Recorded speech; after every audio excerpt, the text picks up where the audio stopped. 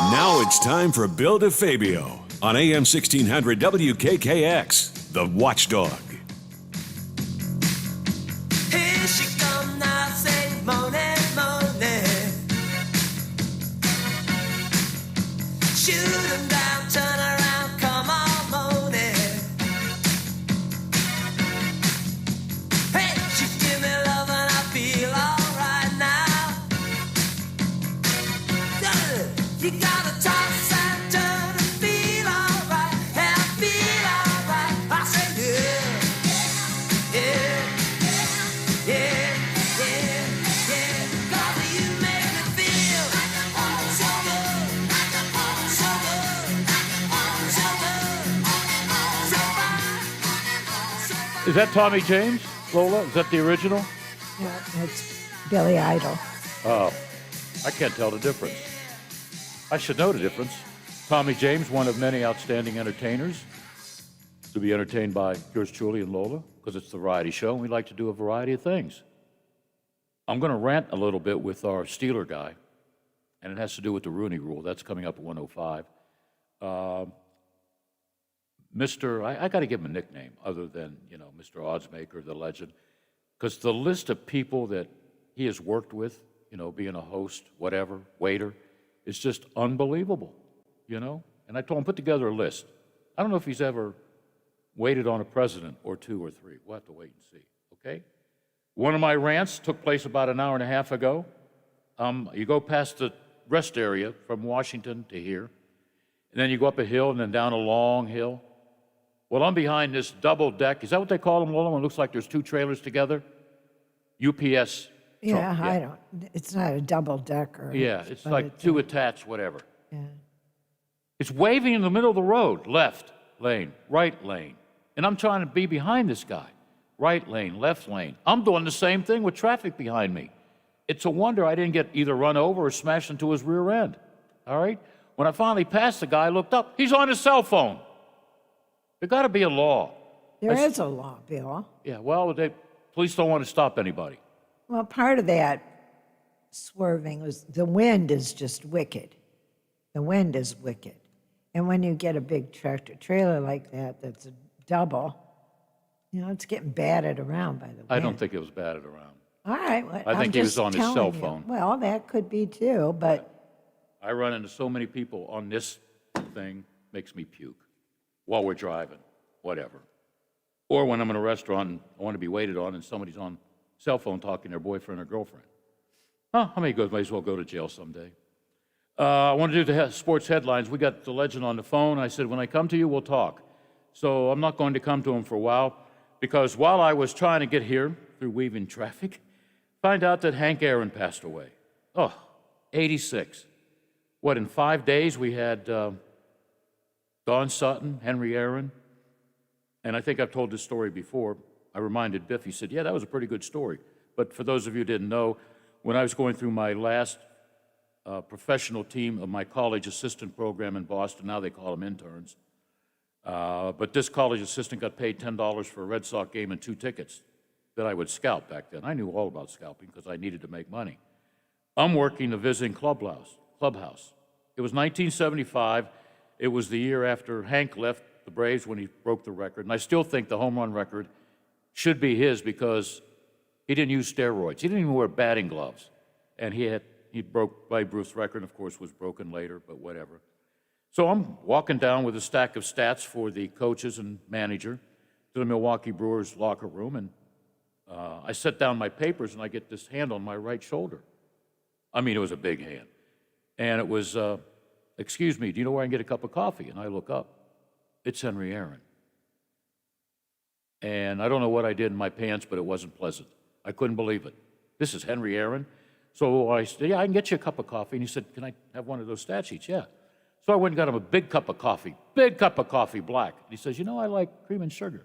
I went and got him cream and sugar. It's Henry Aaron, for crying out loud. Then he hits a home run against the Red Sox earlier that day. But he seemed like a gentleman. The All-Star game in '74, there's a media day before the All-Star game. Bob Prince was the master of ceremonies, and he was telling some funny jokes. And in the hallway back then, if you had a tape recorder or a pad pencil or a TV camera, you could interview anybody. And I remember interviewing Hank Aaron and his dad.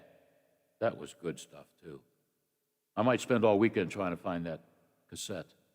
I kept some of my cassettes. And I find out how, and Biff said it sounded good. We had a test drive, what we might call it, a test, and I could bring it on a tape recorder, put it up to the microphone, it would sound good. Yeah. I threw away so much stuff. Of course, the big story is Dwayne Haskins. I believe, and so does Ray believe, because I talked to him this morning, the Steelers have nothing to lose by signing him. All right? He won't count against the salary cap. That's a good thing. By the way, Zach McDonald, the tight end, number 89, retired this morning.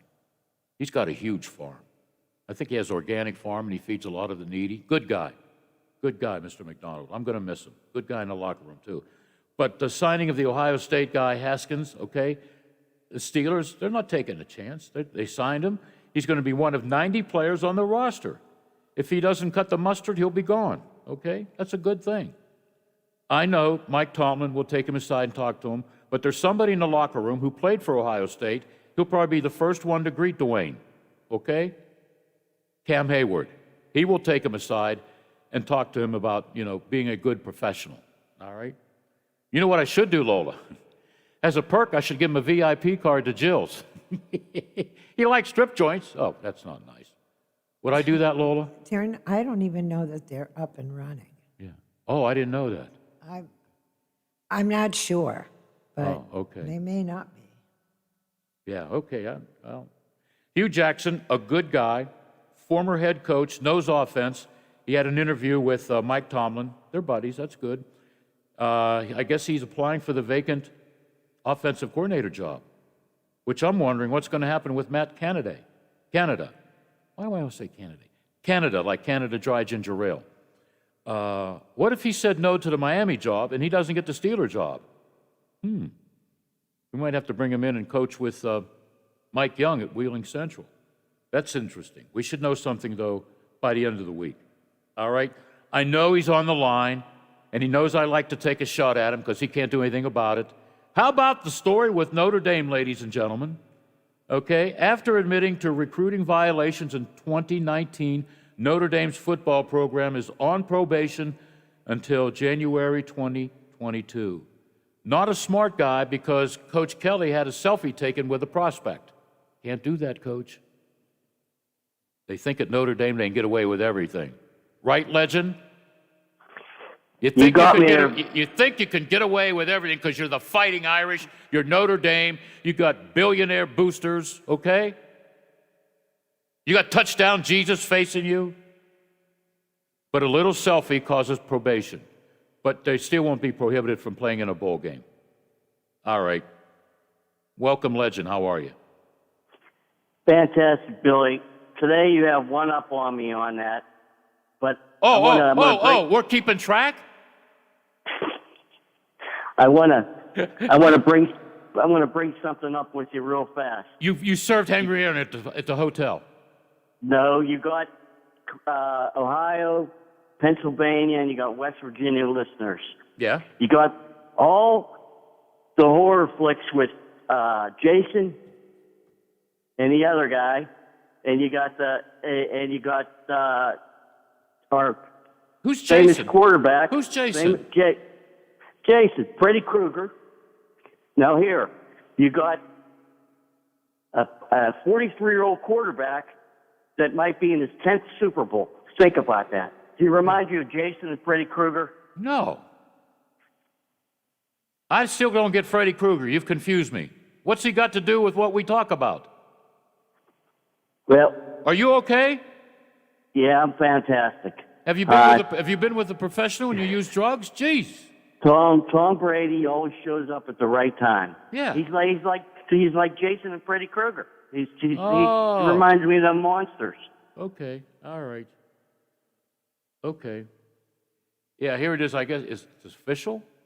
The Steelers don't have to tell us it's official when we know the NFL Network probably knows more than anybody in Steelers' office. Steelers tight end Vance McDonald retires from the NFL. 8 years. A lot of good years with San Francisco. Not very many good years with Pittsburgh. Good blocking tight end, though. Good guy in the locker room. He's feeding homeless, so he's an exceptional guy. He was a second-round pick by the 49ers. And the Steelers will save, did they tell me that? No, the Steelers wouldn't tell me that. I think it's around $6 million for the salary cap. All right. Do you have any odds on Hugh Jackson taking over for the Steelers offensive coordinator job? I don't have any odds on that, but I do remember the stiff arm by Mr. McDonald. Yeah. Yeah, I like that. He could get physical. But I think he lost a step or two. Yeah, when the Steelers got him, I said, this is exactly what they need. Because, they haven't had a great tight end for a while, not named Heath Miller. You know what I mean? Okay, drop some names. I dropped a couple the other day. Prince Charles, Pavarotti. Go ahead. Michael Jackson. Oh, yeah. Tell that story because I might have screwed it up when I tried to explain it. I had 45 minutes. I was working a banquet at the old Vista Hotel. Been there many times, yeah. Yes. I had 45 minutes to get a tuxedo on and get up in the presidential suite. Is that where Michael J. was staying? That's where Michael J. was staying. Okay. I had Michael Jackson up there the whole week up in the presidential suite. Serving him food? Serving him food and stuff? Well, the room service just dropped the tray off at the desk, and I took it down to his room. Okay. All I did was knock once. But let me tell you how big his bodyguard was. Yeah, Bigger than a young Joe Green? Well, put it this way. Earl Campbell's legs, his thighs. Ooh. This gentleman's thighs were about four sizes of Earl Campbell's thighs. Wow, Earl Campbell was one big guy. 23 years old. He was 6'8", 360 pounds.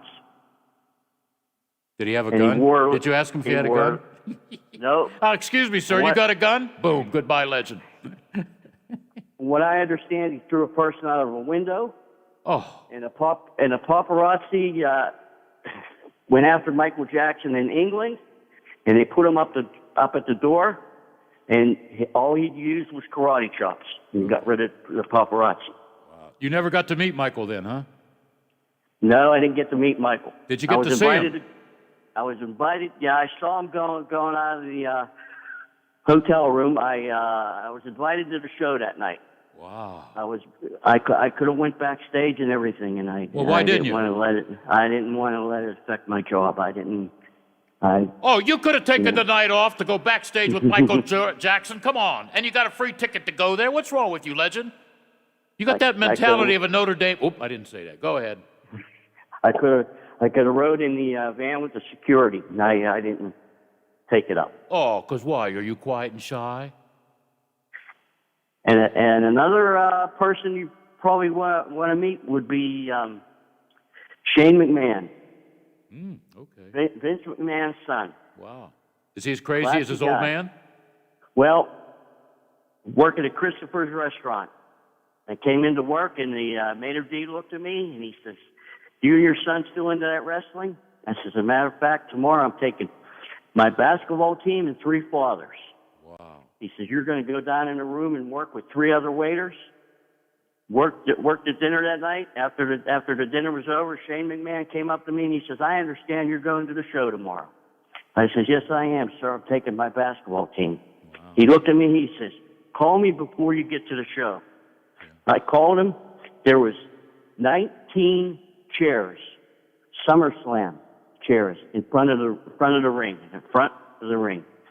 and everybody was seated there. And after the show, we went up to the Marriott. All the wrestlers were up there. All the kids got their autographs signed. It was a beautiful night. Yeah. How do you get to wait on all these celebrities? I mean, do they come in and ask for you? I mean, does Pavarotti walk in and say, "Where's the legend"?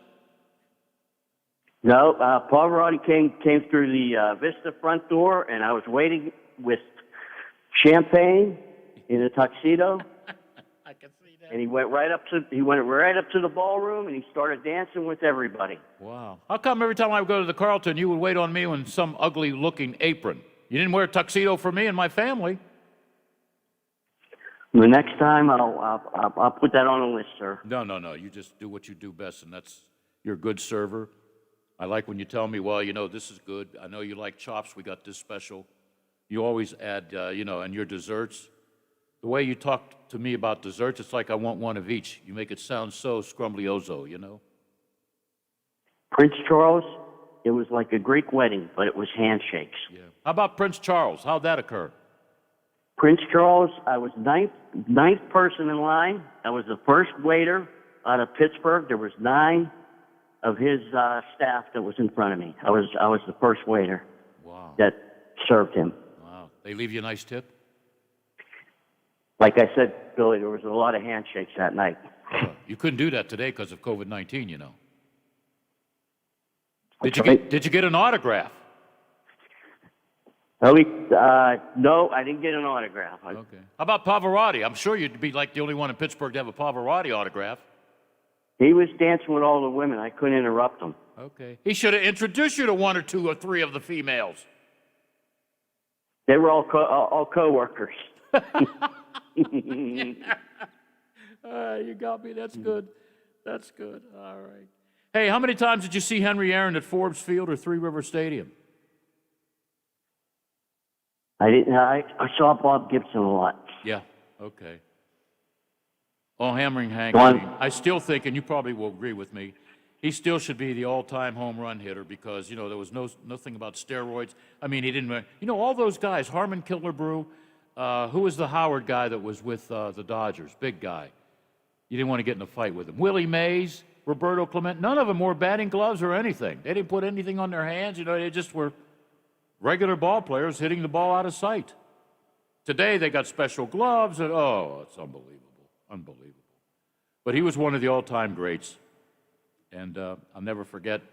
What's this big hand doing on my shoulder? And it's Henry Aaron. It's like I don't know what I did. I don't know if I had to change pants or what, but I was in awe. And usually even back then, I wasn't in awe too many people between the Celtics, the Red Sox, the visiting teams, and Thurman Munson, I was in awe because he had to look like he wanted to kill you. Thurman Munson, I didn't like because I was a Carlton Fisk fan. But, yeah, so I've been lucky. You've been lucky, What all the things we've done, we probably couldn't do today, could we? No, there were some great years. Yeah. It's funny how I can remember what happened years ago, and I don't know what I did last week. Lola, what did I do yesterday? Can you remember? Was I here? Yes, Bill, you were here. In body and soul, or just soul? No, just body. Oh, okay. All right. You know what we're going to do, Legend? We're going to take a break, and you know what's coming up, don't you? My picks. Your picks. All right. Then next week we'll talk about previous Super Bowls, and we'll find something. All right. Meanwhile, I got World Series odds for you. Oh, you do? Where are the Pirates? Dead last? You're right, 100-1. Are you serious? Yeah. I thought it was 300-1.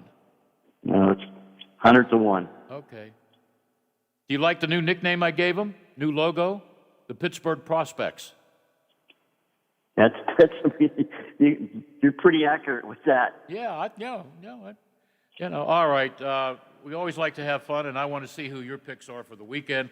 What you think of the big matchup between Tom Brady and who in the heck are they going up against? Green Bay. Yeah, Aaron Rodgers. Oh, what great matchups! You got 2 oldies but goodies in the NFC, 2 youngins who are going to be great down the road in the AFC. I think I'm going to really enjoy all 4 teams and 2 games on Saturday. I'll be there with my glass of beer because I can only have 1 or 2, and maybe some chips, and enjoy it on the big screen. And we'll talk about the teams that'll be on my big screen with the Legend. Hey, Legend, you want to come to my house in a tuxedo and serve me? It'll be a day too early, Billy. The games are on Sunday. Oh, what did I say, Saturday? Saturday. Yeah, okay. All right. Sunday, all right. I'll tip you well. I got my stimulus check. But I'm not going to tip you everything I got in that check. I'll take the beer.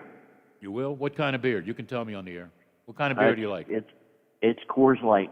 Coors Light? Okay. I'm a Miller Light. Lola's a Bud Light. You think you could outdrink Lola? I don't know. I've never drank with Lola. I'll bet anything you want that she can outdrink you. Well, I might have to get somebody to back me up on that. Yeah, that'll be a good bet. All right. We like our beer, and we like our sporting events, and we like talking on the radio. We still have, I hope, that platform. We'll be right back. We are the Variety Show, AM 1600, positively entertaining. Island Pawnbrokers is now your local firearm dealer. In a pinch? Need cash quick? See us before going to the big box stores. Paying top dollar for firearms, gold, silver, tools, coins, and electronics. Don't lose your good credit. Let us give you instant cash. Stop by 2 North Broadway Street on Wheeling Island, Monday through Friday, 9 a.m. to 5:30 p.m., and Saturday, 10 a.m. to 2 p.m. Island Pawnbrokers. Stop in for instant cash. New Belgium Fat Tire Amber Ale is now available in West Virginia and distributed locally by wine and beverage merchants. With its toasty and biscuit-like malt flavors blended perfectly with hoppy freshness, it's bound to become one of your new favorite craft beers. Fat Tire Amber Ale is now available at local retailers. Please don't drink and drive, and drink responsibly. From your friends at Wine and Beverage Merchants. 1 in 3 adults has prediabetes. 1 in 3. That means it could be you, your football buddy, your football buddy, or you, your best man, your worst man, you, your dog walker, your cat jogger.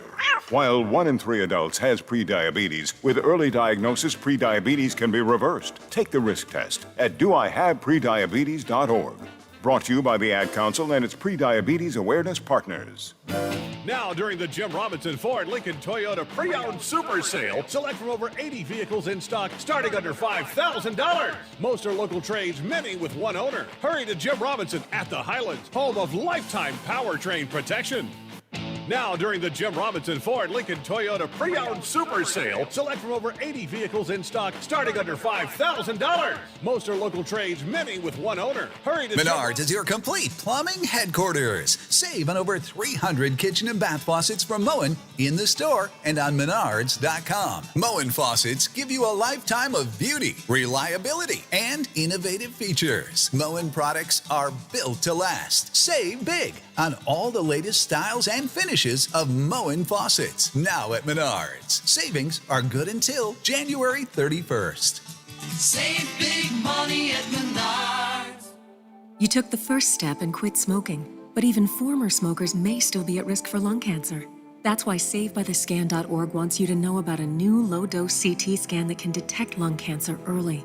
It takes only 60 seconds and could save your life. You took the first step, now take the next. Visit SaveByTheScan.org for a simple quiz to see if you're eligible and talk to your doctor about screening. SaveByTheScan.org is brought to you by the American Lung Association's Lung Force Initiative and the Ad Council. Quaker Steak and Lube at the Highlands is the perfect place to relax after a long day. Happy hour from 3 to 6 Monday through Friday. Get $2 off appetizers, $3 off domestic drafts, and house wine specials. Quaker Steak and Lube, voted Best Wings USA. Quaker Steak and Lube at the Highlands with another steal of a deal. Get a steak burger and fries all day Monday for only $8.99. It's also Military Mondays. The Lube will take 25% off for all veterans, active duty military, and first responders. Quaker Steak and Lube, voted Best Wings USA. For all of your IT needs, visit OmniPerforms.com. Omni Strategic Technologies, the only IT company that the watchdog trusts. The Metro News Update is brought to you by Thomas Auto Centers, Mall Road, St. Clairsville. Get the best deal at Thomas Auto Centers. West Virginia Metro News, I'm Shauna Johnson. Guest numbers are limited because of COVID-19 protocols for today's inauguration ceremony at the state capitol. Governor Jim Justice delivers his second inaugural address after 1 o'clock this afternoon on the Capitol's north side. Watch the ceremony at WVMetroNews.com. Starting next week, Governor Justice says lining up appointments for coronavirus vaccinations for people aged 65 and older should get easier. On Monday, the State Department of Health and Human Resources launches a new statewide online registration system from a company called Everbridge. They are going to help us coordinate vaccines as we can get them from the federal government. We will be the first state to turn on this new vaccine scheduling system. Again, the system gets going Monday morning, meeting this hour in Fairmont to address school operations, members of the Marion County Board of Education. Right now, Marion County is the only county school system without students physically in classrooms and no plans to change that in the coming days. The State Board of Education is requiring at least some in-person instruction. On Capitol Hill, confirmation hearings are continuing for President Joe Biden's cabinet nominees. U.S. Senator Shelley Moore Capito was among those questioning Transportation Secretary nominee Pete Buttigieg a day ago. You're listening to Metro News, the voice of West Virginia. The owner of the Coney Market in Western Maryland is getting a lot of calls to close out the week after that site sold the lone winning ticket for Wednesday's Powerball drawing, a jackpot worth more than $731 million. Richard Ravencroft's store is in line for $100,000, money he says he'll put to good use. Figure out how to divide some of it with the employees, and then I have some improvements I need to do to the store. From the Metro News Anchor Desk, I'm Shauna Johnson. Thank you for riding with the Watchdog. Live and local, just the way you like it.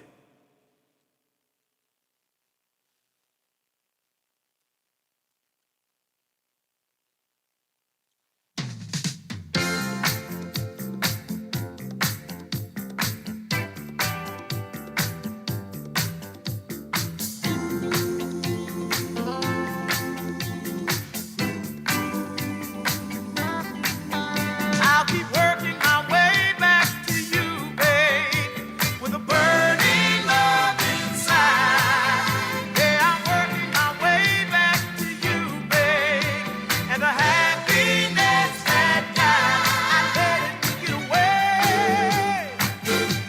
Been paying every day.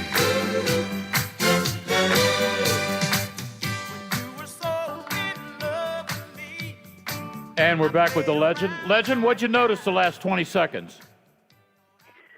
Lola, she could replace Wolfman Jack on the Midnight Special because she's playing some excellent tunes. Well, we're not playing the Wanderer because your Notre Dame is on probation, so I can't, put anything on the air out on Coach Kelly. Don't like the guy, so we're going to take away the Wanderer for about a week or 2 or 3, okay? You have a problem with that? I have no problem with that. Because I like this song and you like it. All right, you know what today is, by the way, and I'll talk about this later with Butch. He's our entertainment guy.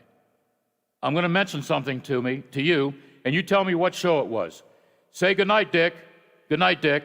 What show was that? Suck It To Me. Yeah, Laugh-In. It debuted on this date back in 1968. 4 Emmys. What else? Nielsen rated #1 for 2 full seasons. I loved seeing, Henry Gibson was funny. Gary Owens had a great voice. Even President Nixon at that time was on the show saying, go ahead, suck it to me. And we did. The show was the highest rated comedy series in TV history. All right? All kinds of little sayings like bippy, socket. Oh boy, that was crazy back then. Look that up in your funk and wagnalls. I couldn't say that today 10 times without screwing up. And here comes the judge. You know what I really liked about the show? What was that, Billy? What do you think? Goldie Hawn with all the tattoos. I saw. What was amazing? Go ahead. I'm sorry. What was amazing was how many comedians and how many actors come out of these shows that made us famous. Yeah. How about all these stars? Ruth Buzzy, Joanne Worley, Alan Seuss. I saw him in a Twilight Zone last week. Henry Gibson, Lily Tomlin, Richard Dawson. I didn't know he was that. Lola, did you know that Richard Dawson was on Laugh-In? Judy Carn. Oh yeah, it was a who's who. All right. Rowan Martin. They used to go after the government and everything and got away with it, and they could do that back then. But I loved it. I just loved it. The Flying Fickle Finger of Fate Award. Say that, Bill, and you'd screw it up. Okay. People would be popping out of windows, buckets of water shown on. It was great. The final single pair of clapping hands, taking the show to its very last second of its weekly close, and that's how it ended. But it was one of the all-time great ratings powerhouse, And this was the date that made its debut in downtown Burbank. You've never been in Burbank, have you? Never been in Burbank. How many Hollywood stars did you serve? I had a few of them.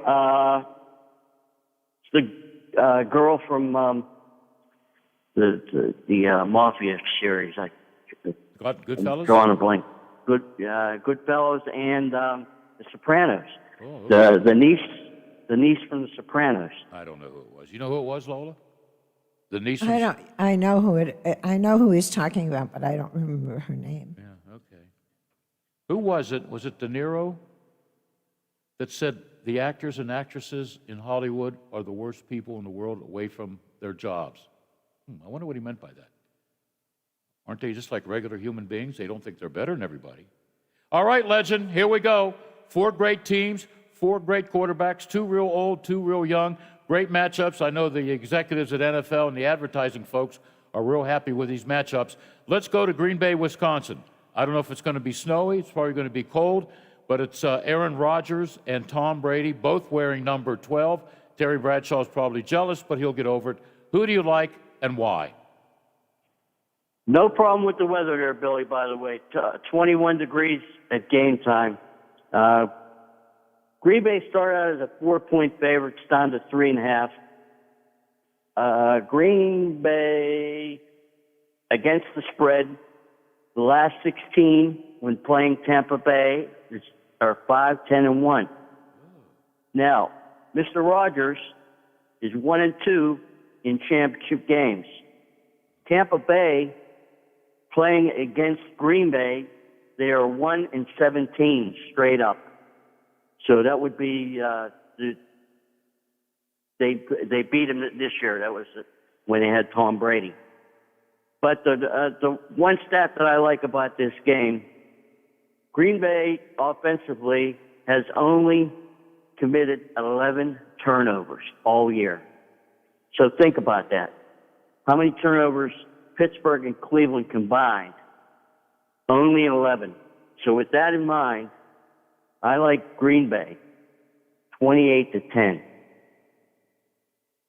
Wow, I thought it'd be closer than that.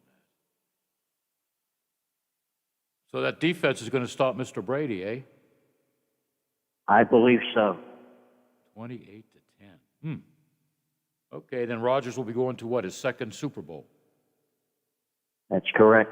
In a way, I wouldn't mind seeing Brady win. You know, Tampa Bay will be the first team to be playing on their home turf for a Super Bowl game. But then again, I like Aaron Rodgers, too. You know? I like his commercials and Mahomes' commercials on State Farm. So, all right, let's go to the AFC. Kansas City, where I think they'll have, what, 18,000 people at Arrowhead Stadium? They're a lot. Yeah. And look at Buffalo. Buffalo had a lot of, people up there. And PA, Philadelphia, and Pittsburgh teams can't have anybody. Security guards. Yeah, there's 75 of us working. I like the girls. They have the girls and the guys on the field, and they're looking up at the stands, and there's nobody in it, but that's their position and that's their jobs. 10, 11 hours, you're standing still, looking up at an empty stadium, although they got the TV screens up. Okay, Buffalo, 2 great quarterbacks, Josh Allen and, my guy. I really like his commercials, everything about it. And Patrick Mahomes, I guess he's practiced during the week. He's still got to follow some protocol sessions, but I will be very surprised and shocked if he doesn't play. If he does play, does he win, Legend? Well, as you mentioned, the injuries are really, making this game interesting. Kansas City came out as a 3.5-point favorite, but now it's down to 2.5 because of the injuries. In addition to Mahomes, their one cornerback, Breland, is a game-time decision. So Chiefs are 24-2 the last 26 games straight up. The Bills are 9-1 against the spread their last 10 games. But Kansas City has a shot at getting Sammy Watkins back and Edwards-Helaire, the running back. He was, Right. Yeah, okay. That's another dangerous weapon. And the first time they played, Edwards-Helaire had 161 yards against Buffalo. No, I think Buffalo can score against that Kansas City defense. It's good, but not great. So I can't wait for you to tell me the final score. I'm going to go in a wild one here. Kansas City 38, Buffalo 34.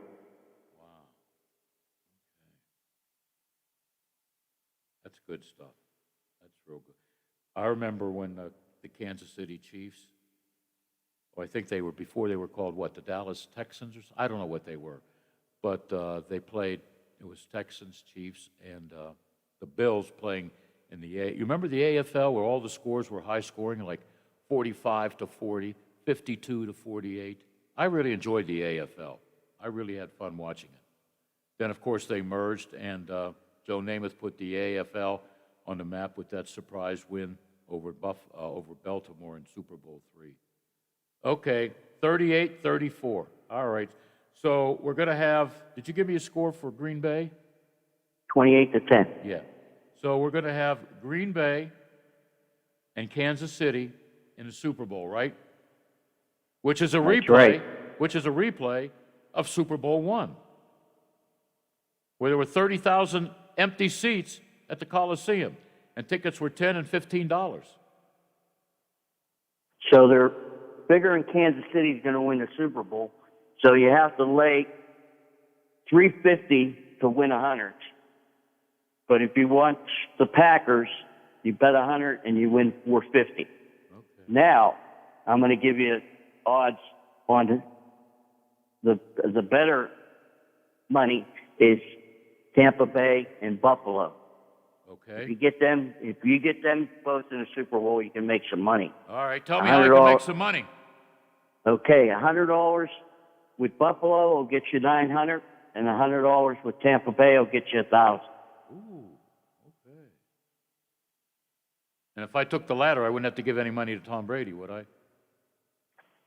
No, you wouldn't have to do that. Okay, I think he's got enough. Yeah. Can you imagine Brady in another Super Bowl and he wins? He's going to run out of fingers.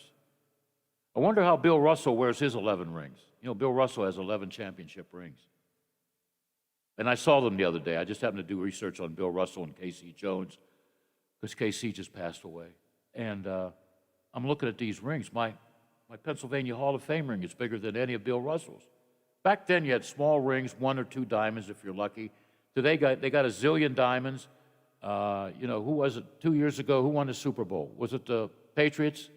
No, the Eagles. Somebody from the Eagles was showing off his Super Bowl, and I saw a picture of it, and it was like $60,000. How can you wear something that heavy? Well, you put it in the vault and save it for your kids when you die, I guess. I couldn't wear something big like that. You know what today's the anniversary of? I know. Great Super Bowl, 1989 in Miami. Yeah, I was there. It was Super Bowl 23. It was San Francisco 20, Cincinnati 16. Great game. It was a brand new Joe Robbie Stadium. I don't think that exists anymore. Bill Walsh, he always called himself a genius. Yeah, he'll get over it. Versus Coach Sam White. Joe Montana out of Ringgold versus Boomer Esiason. The score at halftime was 3-3, very boring. I almost didn't wake up to watch the second half. In the end, the 49ers got past the Bengals, but barely. MVP, 49ers, Jerry Rice, a great one, maybe the greatest of all, won their 3rd Super Bowl. Some said the Bengals lost the best ever Super Bowl game played. Tickets 100. Well, I got to disagree whoever wrote this. I thought the Super Bowl 13, where the Steelers won 35-31 over Dallas, was the best ever. You have a best ever Super Bowl? Don't be a fan now and say Steelers. San Francisco, Cincinnati, up in Detroit. I went to that game. Yeah, I was there. I was there in the auxiliary press box. I didn't freeze to death because it was indoors. And it took us 3 hours to go 2 miles because Vice President Bush and his entourage and security, they were having trouble on the icy roads to the stadium. But that's when I had a fun time in Detroit. You know, my colleagues didn't like it because they like the warm weather. They like Pasadena. They like New Orleans. They like Tampa. I had a whole hell of a lot of fun in Detroit. Too bad I didn't meet Lola back then. I would have treated her to a lot of beer because beer was cheap back then. But I loved it. I went to Motown House. Oh, I had a great time. Went to the GM. I think there was a museum up. I had a fun time in Detroit. All right, but that was a good Super Bowl, too. All right. All right. Worst Super Bowl. Was it that one 55-20 or something? It was San Francisco beating up on San Diego. Could have been the Steelers, but the Steelers probably would have got crushed too. I believe it was 55-10. Yeah. I Remember what I Steve- remember.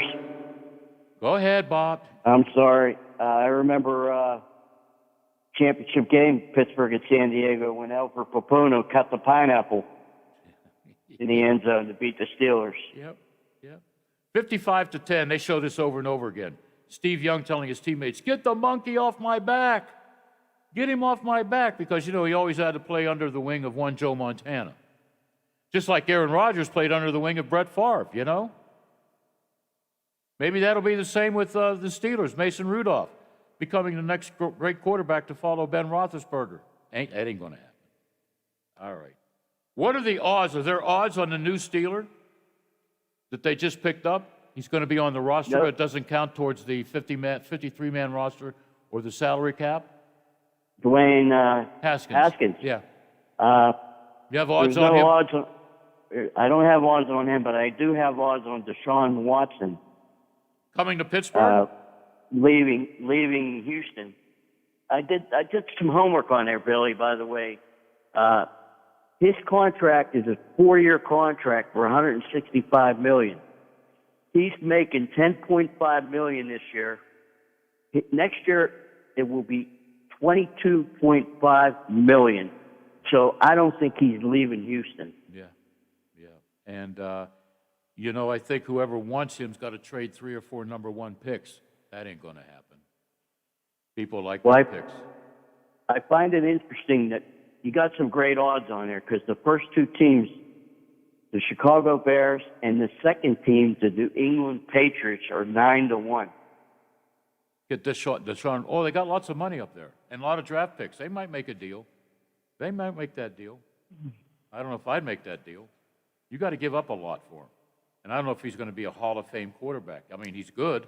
I like him. He's young, but I don't know. I have no idea.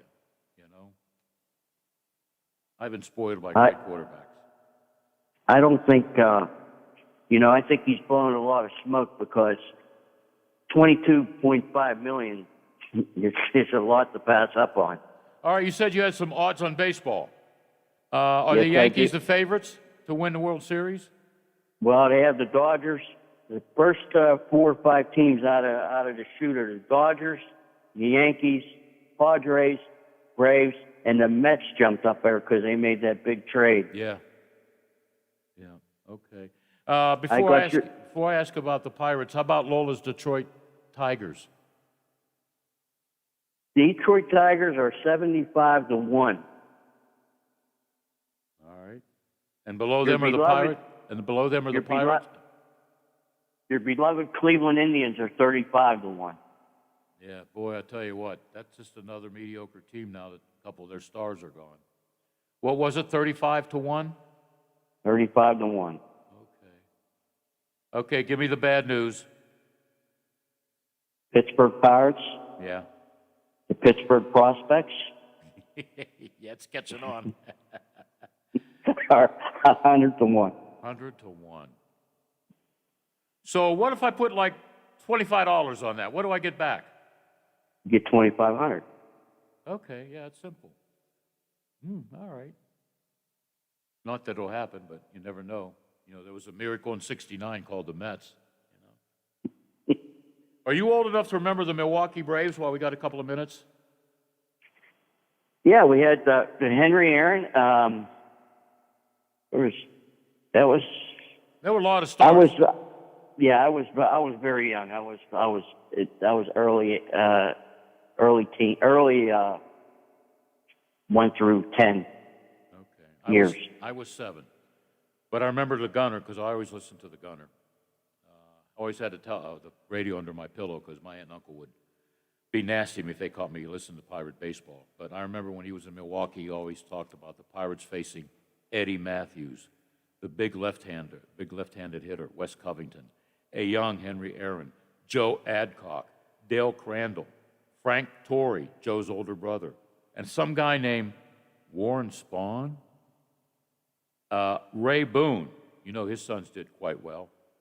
And, it was a who's who lineup. that was very good in a home run hitter's ballpark. So, and then they moved to Atlanta. They used to be in Boston, the Boston Braves, because I played on their baseball field. Nickerson Field was the home of BU's football team, which was the home of the Boston Braves in baseball. It was like playing in a parking lot with dirt, you know? And the Braves have made some changes. They've gone from Boston to Milwaukee to Atlanta. Now Milwaukee's got the Brewers, so at least we know the Pirates won't move for the time being, right? You didn't happen to play with any of Phil Necro and his brother? Me play? No, I don't play against them. I've interviewed them. Phil was on here a couple of years ago to promote his golf course. Joe, I got to know through Tim Wakefield because it was Joe and Phil Necro that took a young Tim Wakefield and taught him all the ways to throw a spitball. Not a spitball, a knuckleball, I'm sorry. Yeah. You know, he was a first baseman in the minor leagues when they brought him up. So he thought he was going to change, positions, become a pitcher, throw a knuckleball. He wasn't that good. He worked with the Necros, and, he got better and better and better. I do remember him when he threw a knuckleball to Aaron Boone, and it hasn't landed outside of Yankee Stadium yet. But the following year, he helped the Red Sox win their first World Series title. So, yeah, good guy, too, Tim Wakefield. I think I had him on the show when he promoted his book. Yeah, good guy. A lot of good guys. For every bad guy, I can name you 50 good guys, But I seem to remember the bad guys. But I remember Henry Aaron. And I remember that Braves team. I think they won the World Series the year before, 57, I'm not sure. One of the years, I think they beat the Yankees. But I do remember Eddie Matthews, followed by Henry Aaron, followed by Wes Covington, followed by Joe Adcock. You know what Joe did, right? Against Harvey Haddix? 12 perfect innings. Come on, Bob, you know that. Hello, Bob, are you there? Are you sleeping? You're hitting me with some history. Well, you're good in history. You tell me that all the time. I had a friend of mine, Billy, by the way. He played against Hank Aaron's brother, Tommy. Yeah, he was a decent ball player. My friend played for the Oakland A's. He played with Vida Blue, Reggie Jackson, Catfish Hunter. Well, give me his name. Nick Perilla. Okay, I do remember that name. As a matter of fact, he said Tommy Aaron hit a home run off of him and it's still going. It hasn't landed yet, right? It was back to back because the other gentleman was Biff Picaroba. I remember that name too. Yeah. What a great name. What a great name. Hey, have we talked since Mickey Mantle's 1952 piece of cardboard sold for $5 million? I think you did mention that last week. You know how many of those cards from the 50s I threw up against the wall and ruined them? If I had those cards today, I wouldn't be doing this talk show. I told you put them in your spokes of your bike, too. I did that, too. I think I put Willie Mays there because I didn't like him. If it wasn't a Pirate, I didn't like him. I did like Ted Williams. I think I had one of his cards from 56 or 55. Can you imagine if Ted Williams didn't spend 5 years in the military? All the records he would have set probably never would have been broken. I was going to tell you, as a matter of fact, you're always a step ahead of me. Hurry up, we got 30 seconds. Ted Williams flew planes. He flew planes? Yeah, he flew planes in the air in the Air Force. Military. All right, yeah. I got to go. I hope all your predictions are right. If not, I'll rip you Monday. Enjoy the games. Yeah, go Coach Kelly. Take a selfie with the legend. I got to go. We'll be back and talk Steeler football with Ray Fittipaldo. The Watchdog is FM 98.1, AM 1600 WKKX Wheeling, FM 97.7, AM 1370 WVLY Moundsville. The ABC News is brought to you by Thomas Auto Centers, Mall Road, St. Clairsville. Get the best deal at Thomas Auto Center. Confirming Lloyd Austin for Defense Secretary. He is the first African American to lead the Defense Department. Congressional leaders also trying to work out details for another impeachment trial.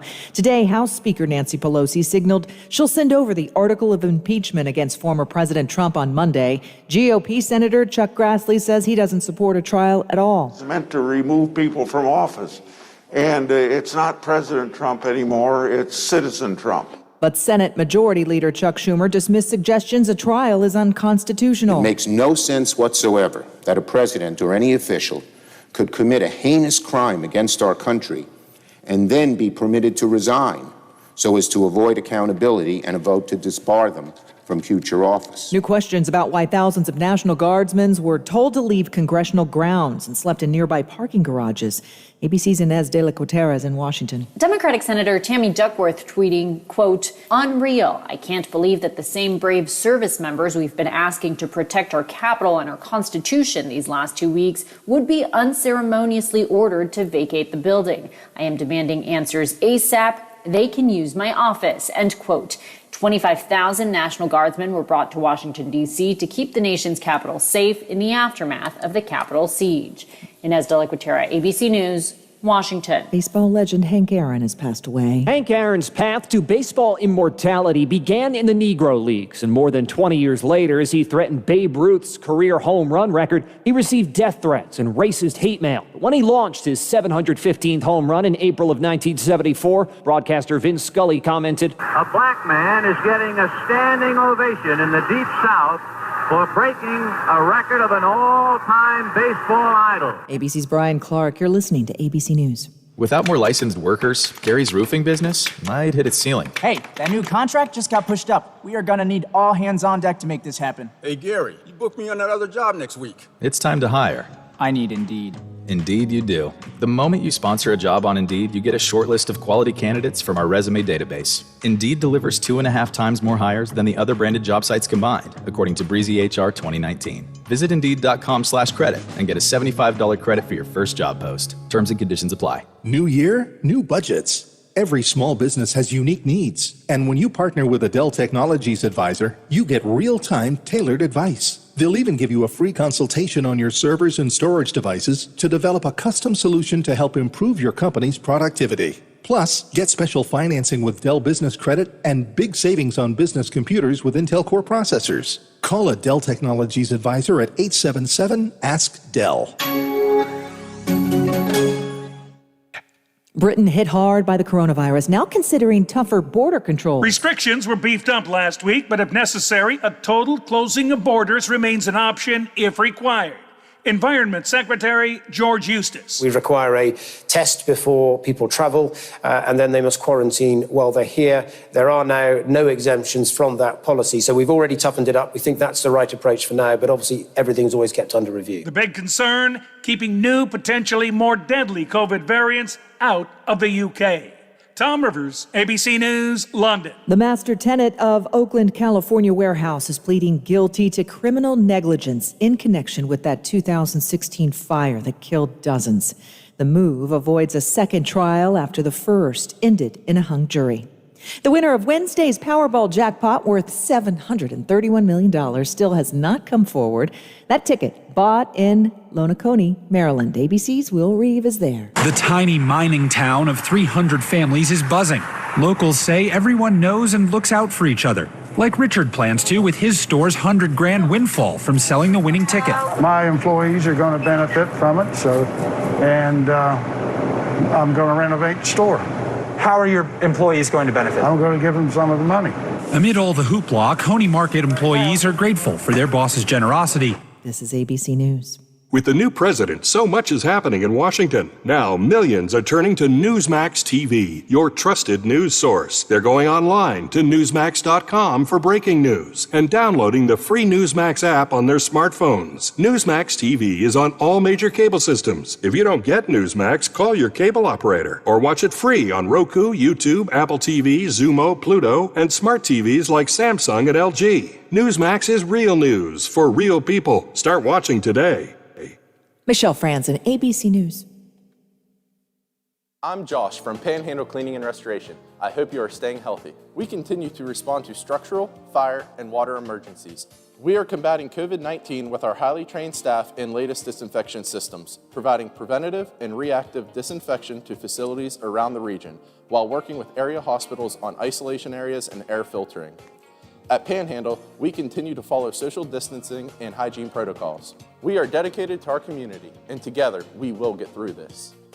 For all of your IT needs, visit OmniPerforms.com. Omni Strategic Technologies, the only IT company that the watchdog trusts. Menards is your complete plumbing headquarters. Save on over 300 kitchen and bath faucets from Moen in the store and on Menards.com. Moen faucets give you a lifetime of beauty, reliability, and innovative features. Moen products are built to last. Save big on all the latest styles and finishes of Moen faucets. Now at Menards. Savings are good until January 31st.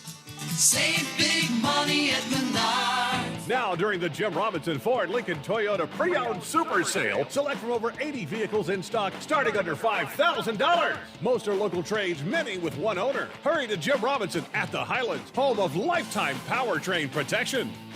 Now, during the Jim Robinson Ford Lincoln Toyota Pre-Owned Super Sale, select from over 80 vehicles in stock starting under $5,000. Most are local trades, many with one owner. Hurry to... Oh, there's something so real about living local. And I know without a doubt I'm not alone. And I love living local. There's nowhere else I'd rather be. Said I'm loving living local. WTRF is working for me. The Ohio Valley is where I love to be. Over the years, you've brought opioids into your home. They helped when you were in pain, and you held on to them just in case. But holding on to opioids puts your family at risk. Learn more at www.fda.gov/drug disposal. Hello, everyone. From the Watchdog, I'm the storm tracker, Darnell Foster.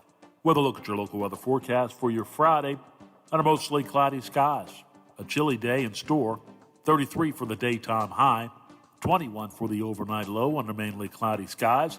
You'll see plenty of sunshine, but stays rather chilly for your Saturday with highs in the upper 20s. Have yourself a great day, everyone. From the Watchdog, I'm Darnell Foster. The views and opinions expressed on the following program are not necessarily those of this station or its sponsors.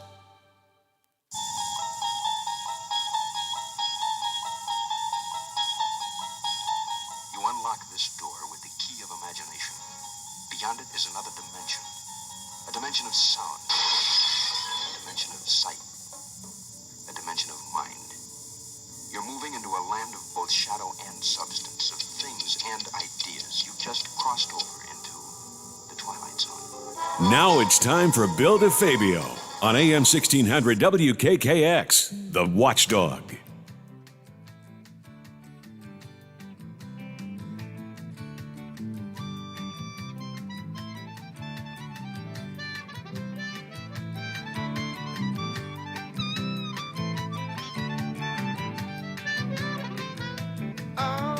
Once upon a midnight dear, I woke with something in my head. I couldn't escape the memory of a phone call and of what you said. Like a game show contestant with a parting gift. I could not believe my eyes when I saw through the thoughts of a trusted friend who needs to humor me and tell me lies. Yeah, humor me and tell me lies. And I'll lie to and say I don't mind. And as we seek, so shall we find. And when the feeling of it will still be here, but now without a certain degree of fear, I don't know what will be.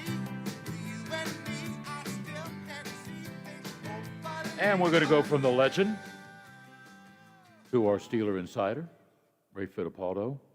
Ray, never a dull moment in the offseason, right? You're probably more busy now in the offseason than during the regular season. No, you're right, Bill. It's pretty quiet for a few days this week, but Vance McDonald retires today. They're interviewing another offensive coordinator candidate today. So, yeah, never a quiet moment in Steelerland. Is the OC interview Hugh Jackson? He was yesterday. Today is Pep Hamilton. Pep is probably best known for coaching Andrew Luck at Stanford and with the Colts. And he's a guy who's bounced around a lot. So, yeah, so far we know 3 guys, Matt Canada, Hugh Jackson and Pep Hamilton, and looks like Mike Tomlin's going to be making a decision here over the weekend or maybe early stages of next week. I'm worried about Matt Canada. I'm worried about between his ears. He's got to be going nuts. Maybe he should have taken a job in Miami if they still offered it. Yeah, well, we don't know if they offered that. I know the NFL Network reported last Saturday, maybe prematurely, that he was expected to be the new offensive coordinator here. But, 6 days have passed, and it seems like the Steelers are certainly interested in the very least of talking to other candidates. So we'll see where it goes. Bill, if they want to keep some continuity, it probably makes the most sense to keep Canada as the OC. But I think we all know there were some significant problems within that offense, and maybe they just want a new voice and a new direction, to take them where they want to go. Yeah, that's true too. So it's another wait and see. Maybe by Monday we'll know who the OC coach is. So I agree with your article took the whole page, front sports section today. That's why I'm glad I pay a couple dollars for it, so I can use your stuff, take credit for it. Well, I give you credit. But I agree with you. Dwayne Haskins is, released by Washington. It's no risk really for the Steelers, right? There's no risk at all, Bill. It's a futures contract, which these are basically given to most of the time undrafted free agents and players of that ilk. And if the Steelers decide to cut him in May or June, it won't cost them one dime under their salary cap. So they're going to take a long look at him. They'll evaluate him, and maybe it turns out that they want to keep him around for training camp, or maybe it turns out he's the third string QB next year. We don't know where this is going to go, but I also pointed out in that story they've never been afraid to take on reclamation projects. They did it with Michael Vick. They did it with Byron Leftwich. They even tried it with Paxton Lynch. The Paxton Lynch one didn't work out, but with those other two guys, at the very least, Vic was competent, as a backup, won a couple of games for them in 2015. And Byron Leftwich, he didn't start a lot around here, but he was a pretty good backup on some Super Bowl teams. So, we'll see where it goes. But I agree with you. There's very little risk involved in that signing. I tell you what, when they're in the locker room together, I know who's going to approach Mr. Haskins and talk to him a little bit. Cam Hayward, another Ohio State guy, I'm sure he'll take him aside and say, this is what we do here in Steelerland, Yeah, it seems like, listen, he's only 23 years old, so he entered the NFL when he was 21, came out early. People forget, he was a highly touted prospect. Yeah. When he came out. He's the third quarterback taken, but he only started for 1 year at Ohio State, Bill. So not only was he young when he entered the league without a lot of experience. So that's why I think whatever happens, whether he sticks with the Steelers or not, wherever he goes next, he's got to sit back, learn an offense, get a lot of reps as a practice player. He just needs to sort of work on his game and get a lot of experience, because it just seems like, starting 13 games in Washington over the last 2 years and only winning 3 of them, it seemed like it was a little bit too much too soon for someone his age and of his experience level. So we'll see what happens here, but, maybe he can get his career back on track. Who knows? Yeah, and one plus for him, he's going from the worst franchise. I hope you're listening, Mr. Snyder, because I meant it. He's going from the worst franchise, Washington, to maybe the best franchise in football, Pittsburgh, So he better not screw up, because, Ron Rivera gave him a chance, 2 chances, 3 chances, and said, get the hell out of here. And I'm sure Mike Tomlin will take him aside and say, this is the way we do things. Some of the veteran players like Cam Hayward, a fellow Buckeye, will probably take him aside in that locker room if and when the time comes. But the Steelers have nothing to lose. I think it was a great, great move. I didn't expect it. Maybe you did. Did you ever think Haskins would be in the Steelers' office? Well, when they decided not to bring back Devlin Hodges, and the fact that Josh Dobbs is an unrestricted free agent, there was an opening there for at least the third string job.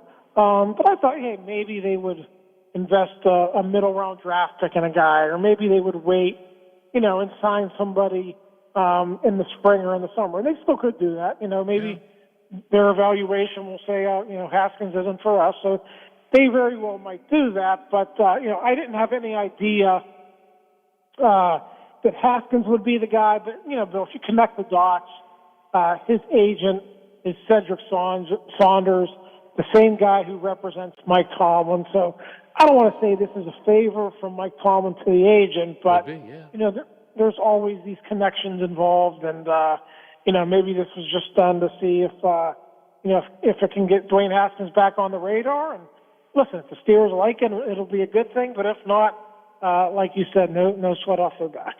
And, I think there are a lot of people that are Steeler fans, not reporters, saying, you ought to get Deshaun Watson. Yeah, what are you going to do, give up 3 or 4 number 1 picks? And all that salary that comes with it? Yeah, and not to mention Deshaun Watson, those first-round picks you mentioned, the Steelers are drafting 24th. I mean, I'm sure they're going to be targeting top 5 and top 10 picks. They're not going to be going after late-round picks for sure. That'd be a nice place for him to land, New England, right? Hey, never underestimate Bill. That's what I always say. You mean Bill Belichick or Bill DeFabio? Which one? Well, both. Okay, well, thank you. He makes a little bit more money than me. He has more control on what he can do than I do, but that's okay. It's going to be can you imagine our media friends in Boston covering the Patriots? They're going to make a lot of changes. It's one of those stay tuned there, with the salary cap and everything. It's just a crazy time of year, man. Crazy time of year. So I got to ask you, who do you like Sunday? Bill, I like the Packers to beat the Buccaneers. I just think, Aaron Rodgers hasn't been back there since 2010 to the Super Bowl, since they beat the Steelers. I think they'll get it done at home. And I think the same thing about the Chiefs. Obviously, people want to know how healthy Patrick Mahomes is. Assuming he's okay and everything points to that he is, I think they'll take care of the Bills. So I'm looking at a Packers-Chiefs matchup, and I know you're old enough to remember that was the very first Super Bowl back in 1966. So maybe we'll see that again. No, I was not there, but I got the program. If you got the money, you can have it. I got the ticket. I got the ticket that went with it too. $15. $15. I think it's worth a little bit more now. Yeah, whatever. Who knows what anything's worth today, What do I want to ask you? Oh, kind of like a little rant that I've been on. I think you can almost throw the Dan Rooney rule out the window. Because why is Eric Bieniemy and Leslie Frazier not a head coach? One of them or both should be a head coach now. Mike Tomlin told me a couple of years ago, Leslie Frazier is a now hire me, head coach. Eric Bieniemy, what a great reputation he has with the Kansas City Chiefs. But, unless the Houston Texans, is that the only job opening now? The only head coaching job open? I believe so, yes. All right. If they do hire a man of color, it'll be big news. If they don't hire a man of color, it'll still be big news. It shouldn't be any news at all. There should be more, coaches that are good offensive coordinators or good defensive people being head coaches. I don't know half of these guys that's already been, hired. But these two I'm familiar with. I don't know what's wrong. I have no idea. Don't you think both should be a head coach? Yeah, I agree with you. Certainly Eric Bieniemy. Leslie Frazier had his shot. Would be great if he got another shot. But, Bieniemy has sort of been in this position the last couple of years now. And I heard a Kansas City reporter on the radio today, Bill. This will be his, I believe he's gone through 15 head coaching interviews in the last 3 years. Yeah, there's something wrong. That's basically half the league. So if half the league is passing on you, you got to wonder when his opportunity will come. So, you're right. It's not a good situation. They have done a little bit better of a job with black general managers being hired this hiring cycle. Yeah. The Washington just hired Martin Mayhew to be their GM. They're doing a little bit better job in the front office, but the head coaches are still lagging behind. Yeah, when the Steelers were looking for a head coach to replace Bill Cowher, I was a Ken Wisenhunt guy. I'm glad he didn't get the job because he had a little bit mean streak in him. But Tony Dungy and I, who were good friends, we go way back when he was a player. Nobody really cared about him because he wasn't that great, but we knew he'd be a good coach someday. We talked about this young guy named Mike Tomlin, and he said Pittsburgh needs a guy like that. He's very good with young players and veterans, and he would be a good hire. And, you know, TD was right after all, and I have no problems with Mike Tomlin. He's been there how many years? 10? 12? Since 2007, so yeah, 12 or 13. No losing season, you know. You can do all the numbers you want, but I think he's been a great addition. And I think that was, which Rooney wanted him? One Rooney wanted Wisenhunt, the other Rooney wanted Tomlin. Which one won? The old man? Was it Dan? Well, I think in the end, Dan was still, very involved in that time. I think, Art maybe had the title at that time, but Dan was still very much involved. And I think, I think Dan, I don't know if he had the final say in what happened, but he was certainly in Mike's corner for sure. That's like Bill Cowher wanted Phillip Rivers, you know? He was going to draft an offensive tackle. I think Sean Andrews was his name, correct? Well, Cowher wanted for a quarterback Phillip Rivers. Dan said, no, I like this young guy from Miami of Ohio. And you know who got the last say there? Yeah, well, I mean, the Phillip Rivers was you're right. Bill did like Phillip better, but Phillip was gone, I think, at pick number 4.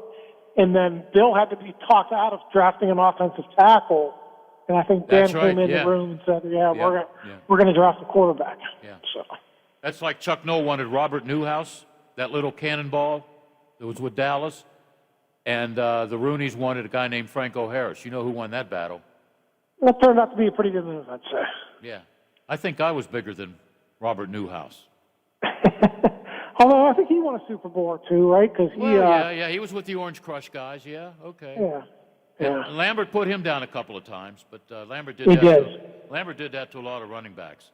I know he did that to Greg Pruitt and stuck his finger in his face, said, yeah, you're not going anywhere as long as I'm here today. I would imagine Lambert, not only did he look mean without the front teeth, but I can imagine he could trash talk with the best of them. He might have been the Larry Bird of the NFL. How's that? I know Larry Bird was a good trash talker. Oh, one of the all-time best. You know, he and Isaiah Thomas, they used to really go at it. And I still have a picture. I blew it up when he had a chokehold on Julius Erving, and the doctor had a chokehold on Larry because they didn't like each other on the court, best of friends off the court.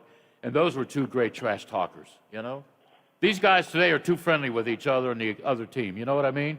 It's like in baseball. You never saw a guy hit a base hit, go to first base, and he's talking to the first baseman. You didn't see that in the 50s and 60s or 70s.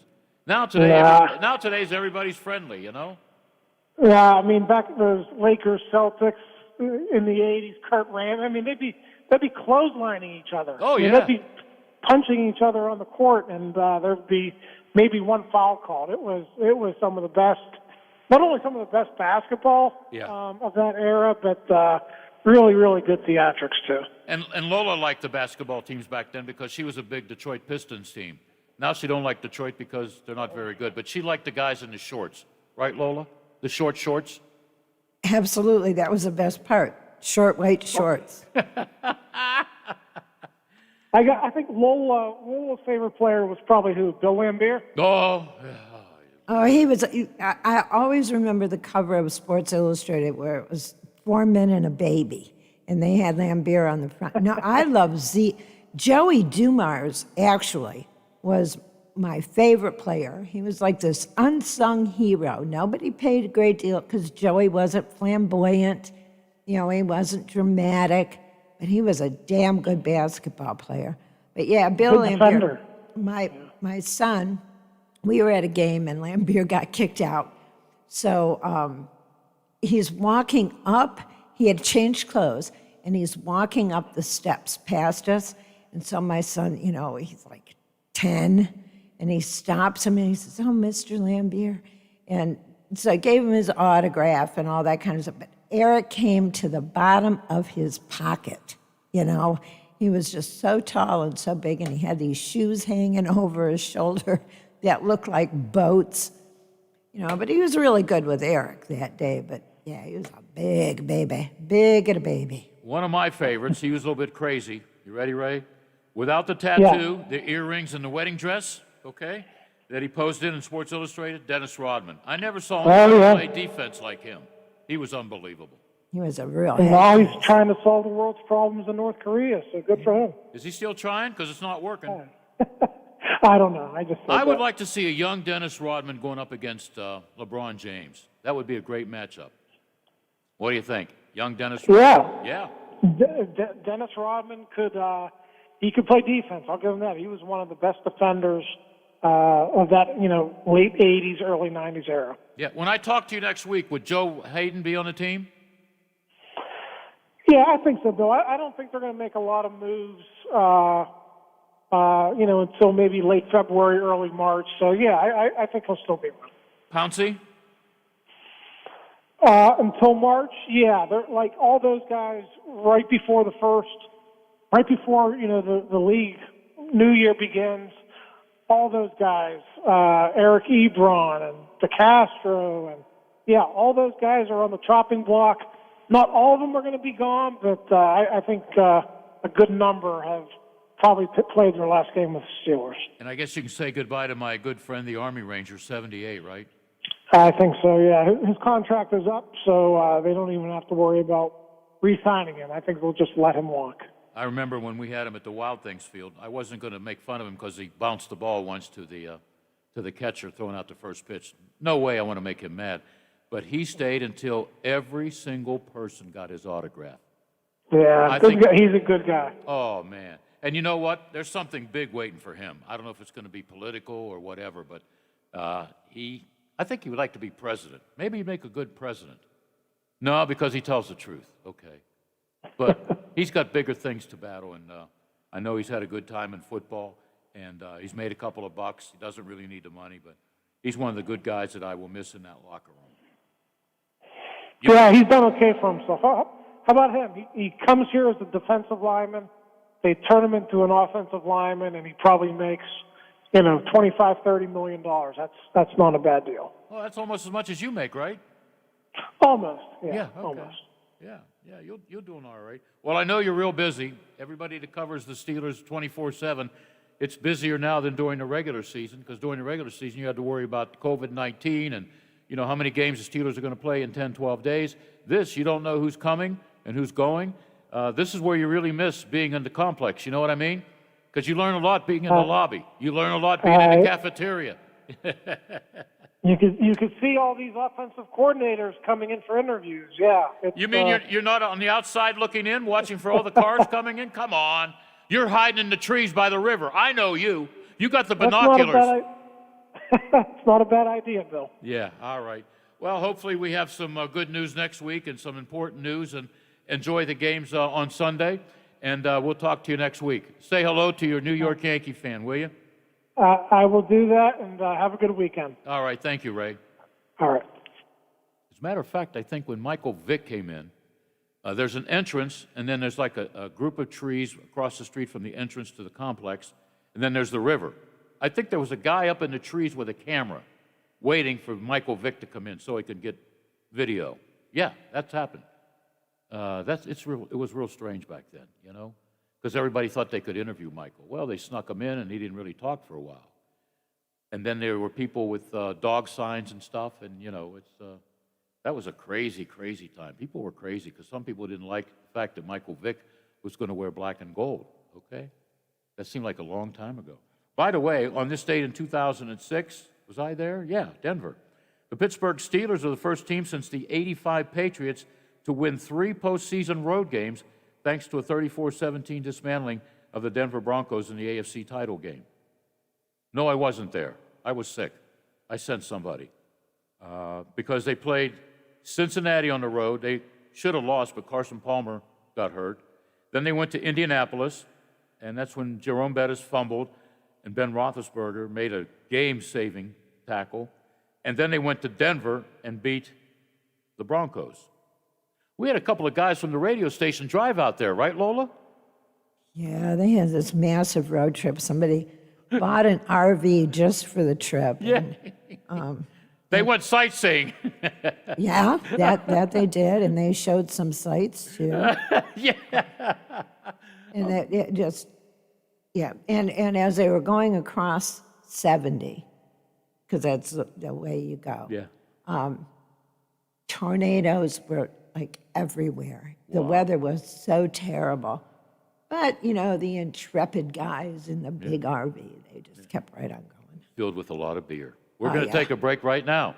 It's not a beer break. That'll come later, but it's AM 1600. We are the Watchdog. I'm Josh from Panhandle Cleaning and Restoration. I hope you are staying healthy. We continue to respond to structural, fire, and water emergencies. We are combating COVID-19 with our highly trained staff and latest disinfection systems, providing preventative and reactive disinfection to facilities around the region, while working with area hospitals on isolation areas and air filtering. At Panhandle, we continue to follow social distancing and hygiene protocols. We are dedicated to our community, and together, we will get through this. Does your dog need groomed or walked? Are you looking for a pet sitter or dog boarding options? If so, call Dirty Paws, Wheeling's newest pet care service, providing the Ohio Valley with everyone's pet care needs. Check us out on Facebook at Dirty Paws WHG or call 304-639-7754. Menards is your complete plumbing headquarters. Save on over 300 kitchen and bath faucets from Moen in the store and on Menards.com. Moen faucets give you a lifetime of beauty, reliability, and innovative features. Moen products are built to last. Save big on all the latest styles and finishes of Moen faucets. Now at Menards. Savings are good until January 31st. Save big money at Menards. Oh, there's something so real about living local. And I know without a doubt I'm not alone. And I love living local. There's nowhere else I'd rather be. Said I love living local. WTRF is working for me. The Ohio Valley is where I love to be. Now's a great time to go Toyota for reliability, value, and style. And RAV4 is the #1 selling SUV in America over the last year, with available all-wheel drive in gas or hybrid models. Now get up to $1,000 cash back from Toyota through February 1st. For more offers, shop Toyota's official website for deals, buyatoyota.com. Then see your Toyota dealer. Go Toyota, and let's go places. Wheeling Coin and Hobby on 10th Street in Wheeling, next to the Bridge Tavern in downtown Wheeling, wants to buy any and all unwanted gold and silver jewelry. They are paying top dollar for 10, 14, 18, and 22 karat gold plus 925 sterling silver. They also want to buy collectible coins and paper money from before 1933. Wheeling Coin and Hobby is open daily from 9 a.m. to 5 p.m., Monday through Saturday. Coin and Hobby, 304-232-8430, and add them on Facebook. For all of your IT needs, visit OmniPerforms.com. Omni Strategic Technologies, the only IT company that the Watchdog trusts. There are everyday actions to help prevent the spread of respiratory diseases. Wash your hands. Avoid close contact with people who are sick. Avoid touching your eyes, nose, and mouth. Stay home when you are sick. Cover your cough or sneeze. Clean and disinfect frequently touched objects with household cleaning spray. For more information, visit cdc.gov/COVID-19. This message brought to you by the National Association of Broadcasters and this station. The Metro News Update is brought to you by Thomas Auto Centers, Mall Road, St. Clairsville. Get the best deal at Thomas Auto Centers. West Virginia Metro News, I'm Chris Lawrence. Inaugural ceremony is underway at the state capitol this hour. Governor Jim Justice being sworn in for a second time, delivering his inaugural address. Also taking the ceremonial oath today, members of the State Board of Public Works and members of the state Supreme Court. It's a very sparse crowd for the event due to the COVID-19 protocols. You can see that event happening this hour at WVMetroNews.com. The state says it is ready to roll out a COVID-19 vaccination registration system starting Monday morning. It'll be a central location for you to go online or call to get the list and then be connected with an appointment time and a location. State Department of Health and Human Resources Secretary Bill Crouch says the new system will be the best place to register. We expect this to take a lot of the telephone load off of our local health departments. And Governor Jim Justice says he's already been on the phone with the person who's heading up vaccine distribution for the Biden administration in hopes of getting more doses for the Mountain State. I'm trying every way in the world every way I possibly can to make things easier and better for you, and I hear you. And I don't like the fact that you're having to call and call and call. Right now, the state's set to receive just more than 23,000 doses for next week. A horrible sight for those filling up their cars at the Clarksburg Go-Mart this morning. Clarksburg police say a man pulled up to the pumps, got out, doused himself in gas, then set himself on fire. Investigators say it was a suicide. Nobody else was injured. You're listening to Metro News, the voice of West Virginia. There continue to be positive trends in the state's COVID-19 statistics. Today's positivity rate is down to 4.93% in the report from the DHHR. Active cases continue their decline as well, despite 998 new cases that were confirmed today and 7 more fatalities. Now, on the daily alert map, there are 15 counties in red, 27 orange, 8 in gold, 4 in yellow, and 1 Tucker County is green, the lowest level of transmission. From the Metro News Anchor Desk, I'm Chris Lawrence. WKKX and WVLY. Voted coolest couple in their high school yearbook.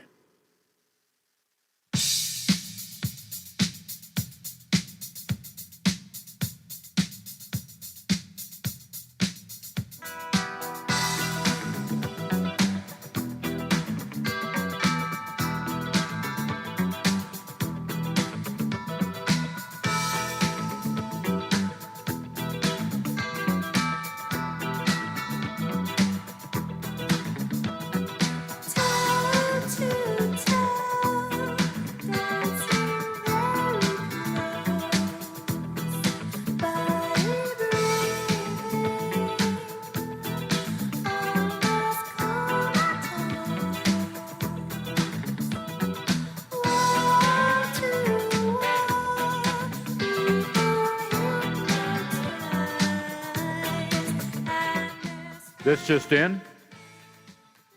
Steeler fans, you remember the name Antonio Brown?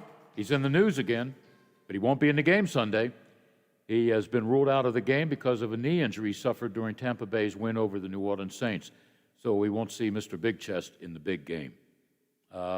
He was doing okay. He caught, 45 passes for 483 yards and 3 touchdowns, and he had a pretty good quarterback throwing to him. So Brady will find a way, but I might have to go, with the Packers to win. So that's it. No more sports, because our next guy, he likes sports, but he also likes to talk about entertainment and everything. And before we get to Butch, I got a Frio auction script I got to read, okay? Give me 30 seconds. Sure, yeah. All right. Large collectibles auction, stoneware, toys, and the bidding closes Monday, January 25th, and it starts at 10 a.m. Pickup is Friday, January 29th, 3 to 7 p.m., 574 Cabela Drive. It's an online auction only. For more information, go to freoauctions.com. A phone number, 304-233-3168. A lot of collectible stuff here. I wouldn't mind bidding on the Wheeling Ironman Semi-Pro football team photos. There'll be some interesting-looking faces there. All right, Boy Scout books from years and years ago, patches, 1970s and 1980s movie posters. That's a big deal today. Employee badges from Weirton Steel, Wheeling Steel. Remember those two big companies?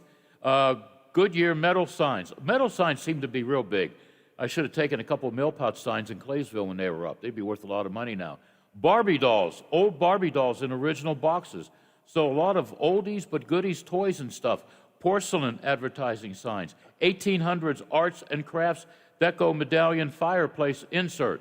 Once again, that's freoauctions.com or call 304-233-3168 and let the bidding begin. The bidding will close Monday, January 25th. Let me see. I think there's an M80's Greatest Hits album for sale, too.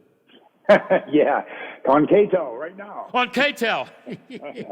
I fell for KTEL, and I remember the first couple KTEL records I got, it didn't sound very good. The pressing, did they? the pressings were awful, Really? I never got suckered into buying one of those because I just really didn't like those sort of, hits compilations. I bought a lot of singles in those days. Yeah. I'm sure you did too. So, so I got the songs I wanted, and I could skip because I was always very opinionated and closed-minded about music. Well, I belong to the Columbia Record Club. Mm-hmm. Well, you buy one, you pay the regular price. Back then it was like $2.79, and then you get 11 free ones. After that, each one costs like $3.98. Well, I kept getting bills and bills, but I didn't know about them because my aunt and uncle would hide them from me, thinking I was ordering more records. So I kept getting more records, more bills. Next thing you know, I had to pay a whole hell of a lot of money for albums I didn't really want. Because if you don't put the circle in for the album of the day or month, they send it to you. Yeah, you have to tell them not to send you an album. Yeah, what a racket that was. And you think I learned from that? No. I guess not. I belong to the Columbia 8-track club in Boston. Then they had a DVD, and RCA. I used to get the same thing with them. And, I learned my lesson. Yeah. If it's too good to be true, it's not true. You know what I mean? Exactly. Yeah. So, hey, what's up with you, man? Hey, I don't know. It's just another day in paradise. Moving along through the season. School's going okay, and nothing's really changed. So I'll take that at this point. You know what today is? What is today? It's Friday. I'm going to say this. These two lines that were very, very famous in the 60s. Say goodnight, Dick. Good night, Dick. What am I talking about? You were talking about Rowan and Martin's Laugh In. Did you enjoy it, or were you too young to enjoy it? No, I actually liked it. Although I was kind of mad when it first came on because I had been a big fan of the Man from U.N.C.L.E. I was sort of the age where I thought that was kind of cool. And NBC canceled it. It was on it actually moved it all over the schedule, and it landed on Monday nights at 8 p.m. And that just killed, that time slot just killed it. So Rowan and Martin came in, and I sort of had an attitude because I was also a big fan of the Smothers Brothers, who I thought were brilliant. But Rowan and Martin, they brought their own kind of spin on it. They were much more fast-paced, really quick cuts, but they borrowed a lot from vaudeville. And they used a lot of social satire, like the Smothers Brothers did too, and they had an incredible cast of really funny people too. So I enjoyed it a lot. Yep, I love the voice of Gary Owens. Oh man, Gary Owens, Oh boy. And he would appear on camera with his hand over his ear. Over his ear.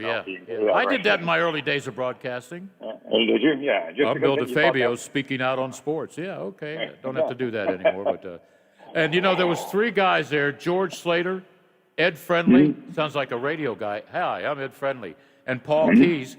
They together used 260 pages of jokes in each hour-long episode. That's incredible, yeah.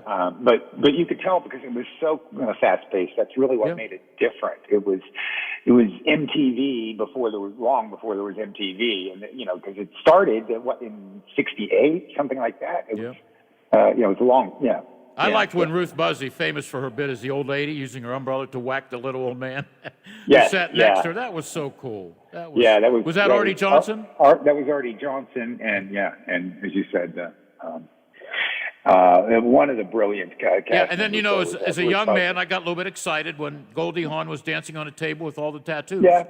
Oh yeah, and just nothing but a bikini, but it was all very mod. Well, I was checking out the tattoos. I didn't look at her bikini. Oh, well, okay, yeah. You were, but there were other. Actually, Judy Carn was pretty. She was on that. She was pretty good too. And who was the girl did One Ringy Dingy? What was her name? That was that was Lily Tomlin. Yeah, that's it. She was funny too. Oh man, Joanne Worley. Joanne Worley. Actually, Richard Dawson was in the original cast of that too. I saw that this morning. I was like, I didn't know that. Wasn't he in MASH? Was he in MASH?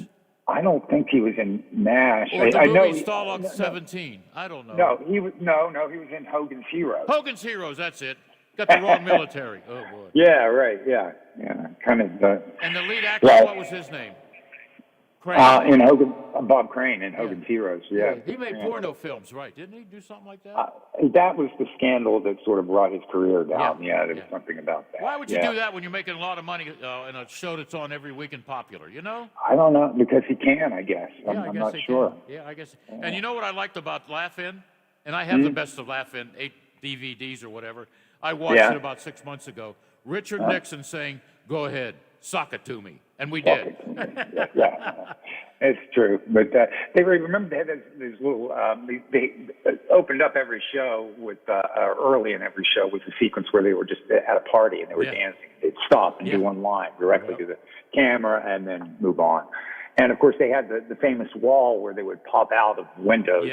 Yep. And say one or two lines and then disappear. And it was all that kind of. It was amazing at the time culturally because, the other sort of things, think in terms of, the Ed Sullivan show, or even the Carol Burnett show with much more slow pace, but, by comparison. Yep. And I would have trouble today trying to say this if they were a sponsor. Look that up in your Funk and Wagnalls, Funk and Wagnalls, that's right. I'd screw that up. But they had a lot of catchphrases. You remember any others? Bippy? You bet your Bippy, which, the Flying Fickle Finger of Fate, I think, was an award they gave out. I'm trying to remember. By the way, you're up for that award this week. The Flying Fickle Finger of Fate? Yeah. Oh, yeah, okay. Yeah, you'll like my fickle finger. Well, put down that finger, Bill. What's that one? No, I got the thumbs up for you, babe.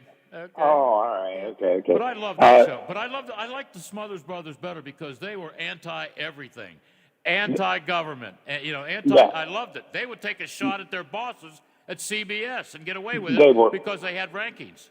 Ratings, I'm sorry. Ratings, yeah.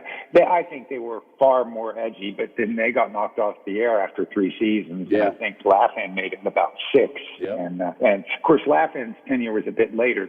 Laugh-In came on. Smothers Brothers and Laugh-In overlapped only by, I don't know, half a season. Not that long. Maybe it was a year, but.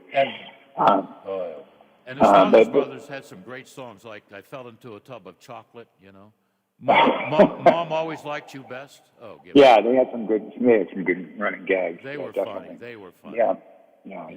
The other thing I remember about a recurring thing on Laugh-In was "Sock It to Me," and "Here Come the Judge." Here Come the Judge. Remember that? Yep. Does that make it? Okay, yeah. Yep. I think we. Oh yeah, you bet your Bippy was the saying. You bet your Bippy. You bet your Bippy it is. Yeah. Or you bet your sweet Bippy or whatever. Oh my! They had so many great characters. So many. Alan Seuss. I remember seeing him on The Twilight Zone, and he was also in Wanted Dead or Alive. So a lot of these people were well known. Maybe not well known, but when you put them all together in that show, they became stars. Yeah. It was good stuff. But I always admired the voice of Gary Owens. Oh, man. All right. Okay. Enough of Laugh-In. This show could become a Laugh-In if you come up with better lines, Just you were telling me something via text a little earlier about famous celebrities who have who've ended up broke at one point or another. I think you said. Yeah, one of them I couldn't believe. It was Dionne Warwick, homeless. Come on. Really? Yeah. Really?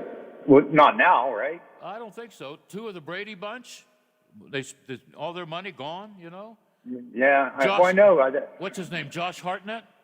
He lost millions of dollars. Well, a lot of them were druggies. A lot of them invested.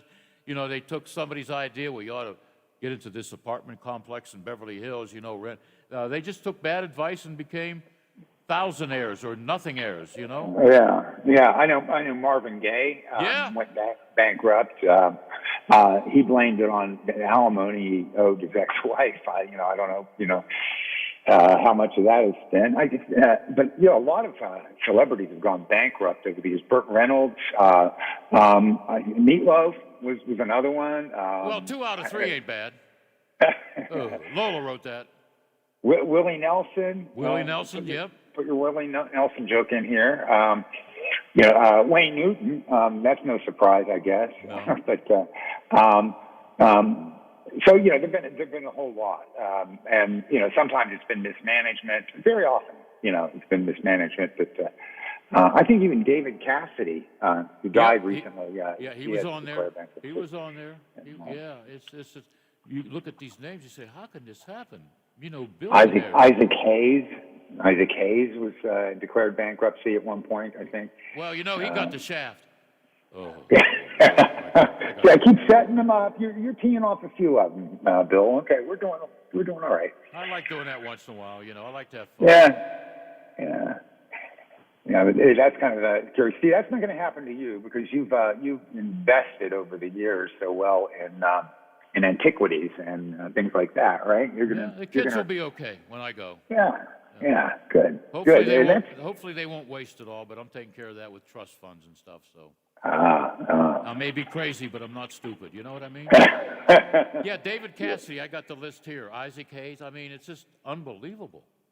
Yeah. Glenn Campbell. He was making zillions of dollars with his songs and his appearances on TV. He was in a couple of movies. Come on. Wow. How do you lose all that money? All of it. You look at a lot of these athletes today, right? A lot of them are poor, making millions of dollars. Millions of dollars. He had to write his biography, his autobiography, just to leave some kind of a financial legacy for his kids. Because even though he'd been a successful general in the Civil War and president of the United States, he got taken. He was embezzled from, and then he had bad health, and so he had to publish his memoirs, and he got Mark Twain to help him. Wow, that's good stuff. That is good stuff. Yeah. I think the Beaver's poor too.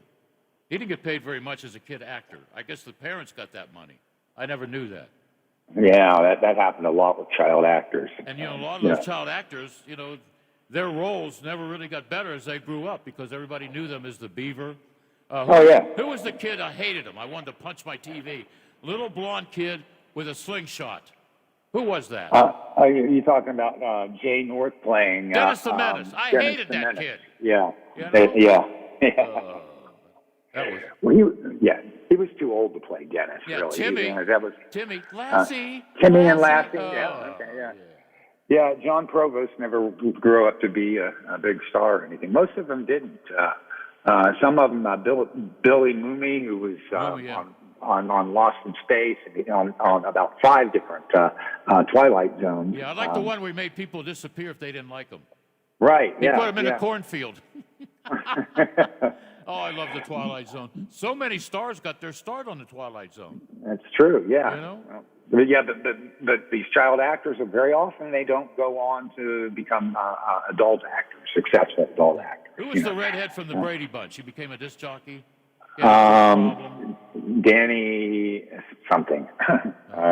His last name evades me at the moment. But I know what you mean. Yeah, Ronnie Howard did okay. Yeah, some of them do, and I can't whistle. Yeah. Unbelievable. He did learn how to skip a rock, that's for sure. He didn't throw that rock. Yeah. Did you know that? Right? I think I'd heard that somewhere. Yeah, one of the prop guys threw the rock into the river or the pond. I never knew that. I didn't want to know that. I thought the kid was going to be a pitcher. I mean, he had to throw that rock a long way to hit the pond. I have no idea. Yeah, but a lot of those child actors, hopefully they made a lot of money or residuals or whatever. But I'm trying to think of the guy with the Brady Bunch, redhead. I the think talk show. Danny Bonaducci. That's it. Yeah. He's a Bonaducci. Bonaducci. Thank you, Lola. Yes. Lola, of all those shows we've mentioned, did you have a favorite? We've mentioned a lot of good shows. Did you have a favorite? Boy, I love the Smothers Brothers back in the day. I really did. I think that was probably the most formative to me. But I always said that I played. My principal musical instruments are bass guitar, and I play a little guitar. But I play bass guitar and harmonica. So I said, my celebrity mentors were Dickie Smothers and Alvin the Chipmunk. Oh my God! Yeah. Lola, favorite?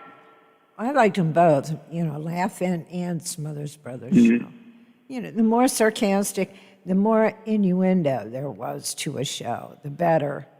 Mm-hmm. It was because, as young adults and or tweeners, you got it.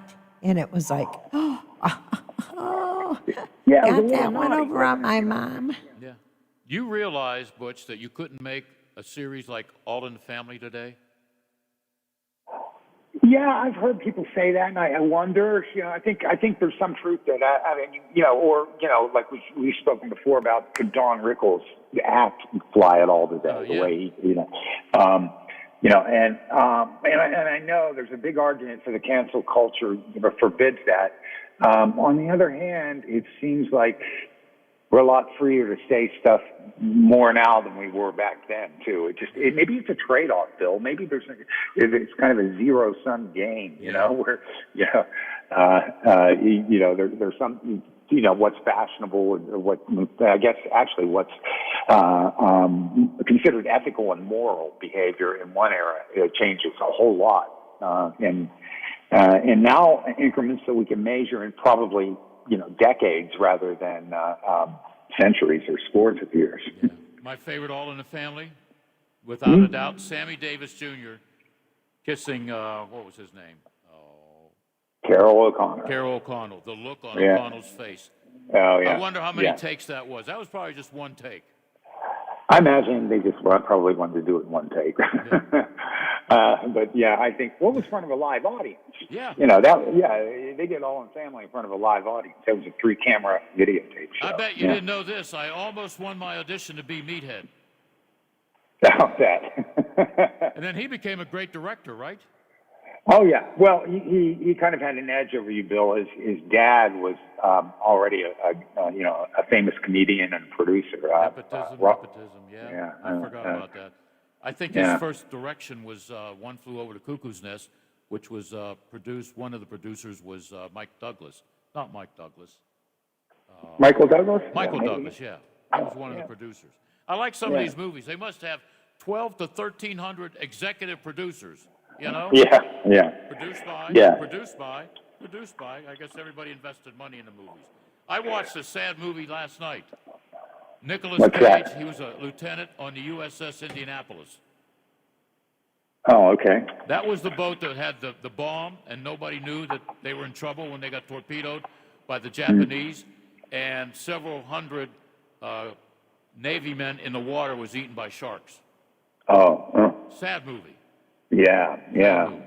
Do you recommend it, though? Yes, because it's a part of history. It's a true story. Yeah. Yeah, they were carrying the bomb, and, it was a secret detail. And that's when they put out, like, SOSs and that, and nobody really came to help them. And all these guys in the water, you looked at the guy next to him, he looked like a bobblehead, and half of his body was gone because he was eaten by sharks. Oh. Yeah. Danny Bonaducci was on the Partridge Family. Oh, well, I'm glad somebody corrected us because they're listening. Bonaducci. Yeah. Is that Italian? I like him. Is he a Foster brother? I don't know. I didn't like the Partridge Family either. Did you? No, a little too, no. Or the Cowsills. You probably like the Cowsills. Actually, I got to admit, there was one song, kind of a guilty pleasure, but definitely bubblegum music. But I did like a couple of the Cowsills things. So the Rain in the Park and the other things, kind of neat, kind of cool. Even though I like Marie, I didn't like the Osmonds. Yeah, me either. No, They smiled too much. They smiled too much. Yeah, it was like Bobby and Sissy on dancing on Lawrence Welk. The pasted on smiles. Yeah. Or was it Bobby that used to do the milk commercials on Shindig? I don't know. Yeah, he smiled a lot too. Got me on that one. Got me on that one, but yeah. Yeah, Lawrence Welk and I wouldn't get along very well because he was not a nice boss. Yeah, apparently. Yeah. He would have yelled once at me, and I'd hit him over the head with Myron Florence accordion. He smiled too much. Nobody smiles like all those people we mentioned. Well, here's the thing. The human face makes an expression for about 5 seconds. Your face changes that often. So anytime you hold a smile or any expression longer than 5 seconds, it looks disingenuous. Think of the beauty pageant queens and things like that. I'm making faces at Lola right now. All right. We got to go, right? All right, yeah. All right. Take care, Butch. Lola, have a good weekend.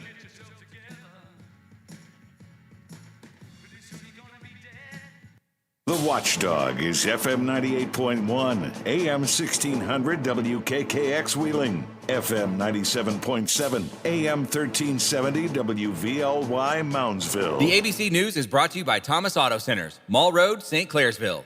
Get the best deal at Thomas Auto Centers. I'm Michelle Franzen. The White House says it will take a multi-pronged approach to help fill critical gaps from financial losses and provide relief aid for millions of food-insecure families struggling in the pandemic. National Economic Director Brian Deese today at the White House briefing says the president's next round of executive orders will include equitable relief to some of the smallest businesses. Those mom-and-pop shops, he says, were shut out in the CARES Act. Without decisive action, we risk falling into a very serious economic hole, even more serious than the crisis we find ourselves in. But Republicans are already pushing back. Senate Minority Leader Mitch McConnell says President Biden's executive actions so far have taken, quote, big steps in the wrong direction. Another hurdle, agreeing on holding an impeachment trial. Senate Majority Leader Chuck Schumer making some news on the impeachment front. I've spoken to Speaker Pelosi, who informed me that the articles will be delivered to the Senate on Monday. Speaker Pelosi later confirmed those plans. Absent an agreement between Senate Democrats and Republicans on the contours of the trial, the delivery of the article would trigger a start to formal proceedings the following day. Inez de la Cuetara, ABC News, Washington. States are running into supply issues for COVID-19 vaccines. That after being told to ramp up vaccination sites. Today, Governor Andrew Cuomo says New York is running low. We will, by the end of today, fully utilize all of the dosages that have been delivered. He says the state is waiting for another delivery. Baseball fans around the world mourning the loss of Hank Aaron. He was baseball's home run king, overtaken years later by Barry Bonds, but Bonds' record carries controversy. Aaron eclipsed Babe Ruth's record in his 23-year baseball career, mostly with the Braves, first in Milwaukee and then in Atlanta. Hank Aaron was 86 years old. Alex Stone, ABC News. You're listening to ABC News. Whether class is in school, at home, or a little bit of both, school goes on. So Staples has everything your student needs at amazing prices. From notebooks to sanitizer, pencils to lap desks. And this week, Staples Marbleized Comp Books, One Subject Notebooks, and Elmer School Glue are only 75 cents each. Shop in-store or pick up curbside. Restock for school and save big right now at Staples. Ends 1/23/21 while supplies last. Curbside available in most stores.